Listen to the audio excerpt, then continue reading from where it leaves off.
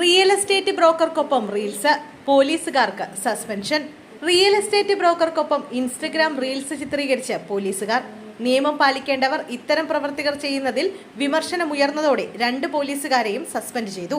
ഉത്തർപ്രദേശിലെ ഗസിയാബാദിലാണ് സംഭവമുണ്ടായത്. അങ്കുർ വിഹാർ പോലീസ് സ്റ്റേഷനിലെ ഇൻസ്പെക്ടർമാരായ ധർമ്മേന്ദ്ര ശർമ്മ, റിതേഷ് കുമാർ എന്നിവരെയാണ് അന്വേഷണ വിധേയമായി സസ്പെൻഡ് ചെയ്തത്. ഗാസിയാബാദിലെ ട്രോണിക്കയിലെ റിയൽ എസ്റ്റേറ്റ് ബ്രോക്കറായ സർത്താസിനൊപ്പം ധർമ്മേന്ദ്ര ശർമ്മയും റിതേഷ് കുമാറും റീൽസ് ചിത്രീകരിക്കുകയായിരുന്നു. റീൽസ് ചിത്രീകരിക്കാൻ പോലീസുകാർ സർത്താസിന്റെ ഓഫീസിലെത്തി. അവിടെ വെച്ചാണ് ചിത്രീകരണം നടന്നത്. പോലീസുകാർ സർത്താസിനെ കാണുന്നതും പരസ്പരം ഹസ്തദാനം നൽകുന്നതും ഇരുവരും സർത്താസിനൊപ്പം നടന്നു നീങ്ങുന്നതുമാണ് റീൽ.